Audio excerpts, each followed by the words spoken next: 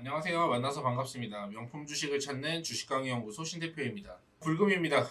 한 주간 좀 일로 갔다 절로 갔다 하는 증시 대응하느라고 정신없고 좀 고생이 많으셨을 것 같은데, 일단은 뭐 러시아의 푸틴, 중국의 시진핑, 그리고 이분들, 그리고 미국의 그 파월 아저씨까지 이 세 분들로 인해서 증시가 한 주간 요동치는 시끄러운 한 주였죠. 마지막에 뭐 증시가 올라주긴 했어요. 금요일답게. 뭐 일단 중국도 사실 지금 내부가 말이 아니에요. 뭐 시위대 보내가지고 진입을 하고 봉쇄를 계속 하니까 중간중간에서 이제 시위 같은 게 뭐 발생하고 하는 것 같습니다. 뭐 일단 경제적인 문제로만 보면은 뭐 리오프닝 다른 국가는 다 하는데 중국 혼자 안 한다는데, 뭐 결국에 미국 약점이 인플레이션인데 이걸 계속 지속시키기 위해서 우리가 봉쇄를 하는 거다, 이런 정치적인 견해도 있어요. 물론 이런 정치적인 견해는 뭐 여기에서 정치 얘기를 할 수는 없으니까, 뭐 아무튼 오늘 미증시도 오르고, 오늘은 그 시장이 좋았잖아요. 미증시 상승, 그리고 이제 국내 증시 상승, 이렇게 올랐는데 미국의 경제 성장률 4% 역성장, 이 소식에 어떤 일이 발생했냐? 지수 상승하고 환율, 좀 웃기죠? 경제 성장이 떨어졌는데 지수가 올라가고 환율은 떨어진다. 이게 왜 그러냐면은 그 전문가들 말과 이제 경제학자들 얘기를 좀 들어보면은, 뭐 현재 지금 뭐 미국 선물이 떨어지고 있긴 하지만은 미국 경제 성장률의 예상치가 안 좋아졌다는 게 증시의 호재로 받아들여진 거예요. 이게 왜 호재일까 생각을 해보니까, 왜냐면 경제 성장률이 둔화가 된다면 자연스럽게 이게 어떻게 되냐면은 미국 연방 준비제도, 여기에 이제 영향을 줍니다. 파월 아저씨가 예전에는 사실 비둘기파였어요. 정말 못 믿으시겠지만 예전엔 비둘기파였어요. 근데 요즘은 그냥 이제 매파죠. FOMC 자체에서 좋은 말을 한 적이 없는 것 같아요. 근데 일단 경기 성장률이 둔화가 되면은 말씀드렸지만 금리 인상을 하더라도 빅스텝으로 올리지 않을 거라는 견해가 시장의 상승을 촉진시킨 것 같습니다. 아무튼 오늘 필라델피아 반도체 지수가 미국에서 오르면서 삼성전자, SK하이닉스, 물론 외국 사람들은 여전히 국내 시장에 들어오고 있지 않지만 오랜만에 그 기관이 좀 놀러온 시장이어서 좀 이제 활기가 좀 찼죠. 오늘 저녁에 미국 시장 열리는 걸 보고 좀 방향성을 봐야 될 것 같은데, 지난 영상에서 사실 제가 다뤘어야만 했는데 좀 늦게 다룬 것 같아요. 오늘은 제가 그 펄어비스라는 거에 대해서 좀 얘기를 좀 해볼까 합니다. 펄어비스. 근데 왜 펄어비스일까요? 최근에 이게 하한가에 가깝게 하락을 했잖아요. 지금 게임 관련주가 뭐 반도체나 사실 그 제약만큼은 아니어도, 그러니까 펄어비스라고 한다면 이게 게임주잖아요. 그러니까 이 게임주가 그 반도체 플러스 제약처럼 시장을 휘어잡는 주식은 아니지만 대기업들이 뛰어들고 있는 사업, 최근에 뭐가 있죠? 삼성, 롯데, LG, 그리고 심지어 롯데, SK 다 뛰어드는 사업이 메타버스예요. 메타버스 플러스 NFT, 대체불가 토큰 재료가 있는 주식들이 결국에 이제 게임주입니다. 예전에 게임주는 너무나 재미가 없었어요. 시세 같은 경우에도 예전에 포켓몬고 그거 한 번 했을 때 크게 오르고 나서는 정말 재미가 없는 주식이 시장 소외주가 게임주였거든요.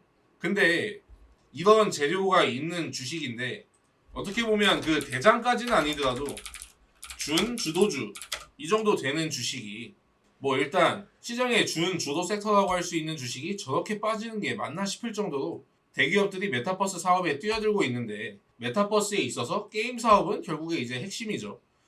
오늘 페이스북, 오늘 미국의 어제죠? 그러니까 이제 미국의 그 페이스북도 플러스 17% 메타 급등을 했는데, 제가 예전에 그 세력들의 그 저런 패턴을 한번 본 것 같아요. 한 번이 아니지 몇 번 봤습니다. 그 예전에 그게 한미약품 사태였거든요. 한미약품 사태가 어느였냐면은 딱 시장에 그때 주도주가 되기 전에 2019년 이제 7월 4일이죠. 2019년 7월 4일. 이걸 보니까 저는 한미약품이 생각이 났어요. 예전에 패턴하고 좀 너무 똑같은 것 같더라고요. 2019년 7월 4일. 이때네요. 이유는 간단했어요. 이때 거의 하한가에 근접하고 나서 또 하락을 했는데, 이 이유는 네 번째, 기술 수출 실패, 급락. 한미 사이언스도 마찬가지죠. 아니 그런데 그 하다 보면은 뭐 임상도 뭐 실패도 할 수 있는 거고, 뭐 영업사원이 영업을 못해서 또 이제 경기가 안 좋아가지고 실적이 좀 나빠질 것 같아가지고 뭐 주가가 조정을 받을 수 있는데 그냥 기술술체 수출 실패로 이제 급락을 했다? 그건 좀 이상하잖아요. 그러니까 별거 아닌 걸로 이제 겁을 심하게 주는 거예요. 사실 그때 기사를 제가 좀 보여드리자면은 그때도 뭐 난리 아니었어요.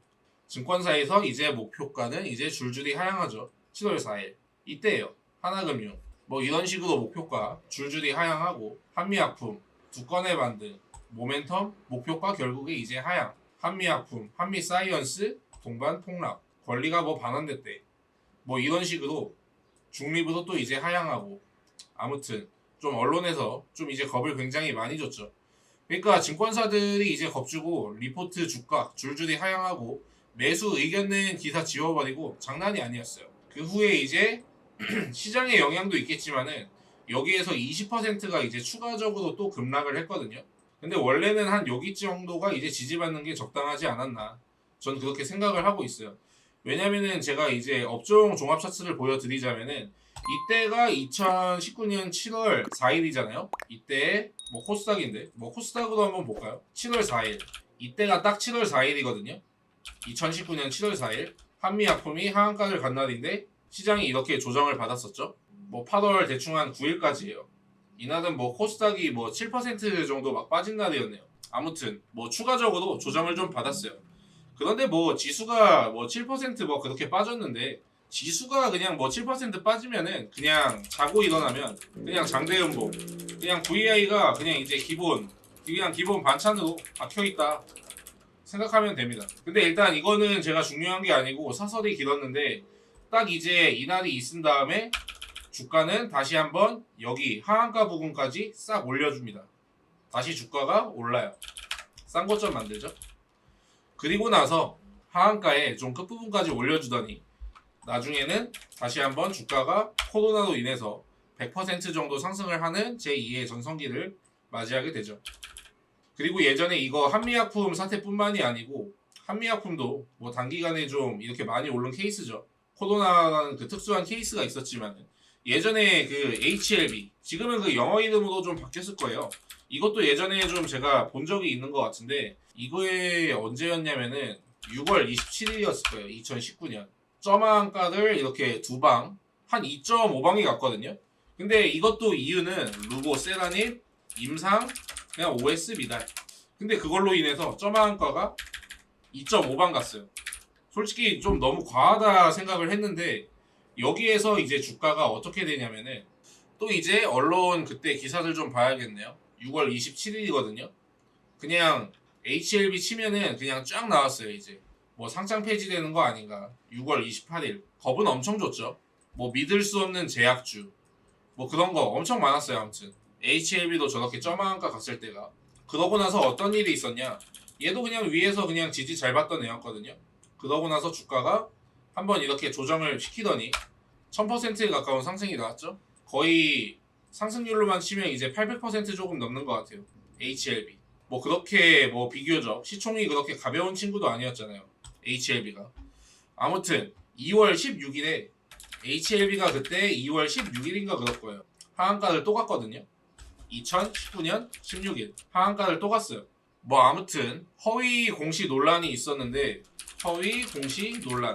근데 뭐 이때부터는 관심을 안 가져도 되는데 갑자기 26일에 무상증자 공시를 내기 시작해요.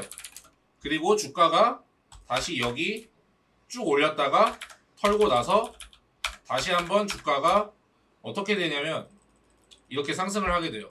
단기간에 또 100% 이상 상승을 했죠. 뭐 아무튼 같은 세력인지는 모르겠어요. 퍼더비스를 보니까 좀 이런 게 많이 생각이 나더라고요. 그러니까 별거 아닌 공시로 하한가를 만들고 부담감을 조성하는 뉴스 기사가 쏟아지고 털고 나서 급등하는 패턴. 코스닥 종목도 마찬가지. 이거는 뭐 HLB도 코스닥이긴 한데 제가 아는 그 코스닥 종목을 하나 알려드릴게요. 대유라는 종목이 예전에 그랬어요. 2021년 10월 7일 대유라는 케이스가 있거든요. 물론 얘도 뭐 코스닥이긴 해요. 대유가 이때였거든요. 10월 7일 정확하게 딱 이때라고 보면 될 것 같아요. 아무튼 이렇게 떨어진 자리에서 갑자기 10월 7일 그 이제 16시에 공시가 나왔어요. 어떤 공시였냐면은 이거는 제가 그냥 매매를 해봤던 종목이어가지고 정확하게 기억해요. 유상증자로 시간의 하한가가 매도 물량이 쭉 쌓여 있어요.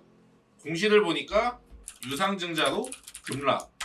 여태까지 많이 떨어졌는데 유상증자가 하나 더 나온 거죠. 근데 얘네가 근데 제가 봤을 땐 참 별거 아닌 악재였어요. 뭐 제약바이오주는 뭐 심심하면 유상증자 찍어내고 전환사채 발행하는데 기업 실적도 멀쩡했고 그냥 유상증자로 한 이제 다음날 시초가에 뭐 13% 정도로 이렇게 출발을 했거든요. 이렇게 출발한다는 게 그냥 유상증자 이걸로 급락한다는 게 제 입장으로서는 좀 이해가 안 됐어요. 제가 이거를 딱 30% 정도 수익 실현한 걸로 기억하는데 그 다음에 주가가 어떻게 되냐면 거기가 거의 역사적인 바닥이었죠. 좀 털어내고 나서 한번 이렇게 멋있게 한번 털고 나서 주가를 한번 올리다가 조정을 받고 주가가 이렇게 움직이기 시작해요. 털고 나서 막 이렇게 움직이기 시작해요. 요즘 개인 투자자분들이 많이 스마트해지면서 좀 이 세력이라는 그 존재들도 좀 변화를 하고 있다는 느낌이 드는 날입니다. 펄어비스 사태를 보니까 좀 영상을 찍어야겠다 싶더라고요. 아무튼 오늘은 그 펄어비스 사태와 비슷한 예전과 같은 사례에 대해서 알아보았고요. 뭐 아무튼 한 주간 고생 많으셨습니다. 저는 명품 주식을 찾는 주식강의연구소 신대표였고요. 다들 뭐 펄어비스 그 뭐 물리신 분들이 있으시고 뭐 좀 여기저기서 아우성이던데 다들 그냥 좋은 일만 있으시길 바라고 즐거운 주말 되시고 시청해주신 분들 모두 감사드립니다.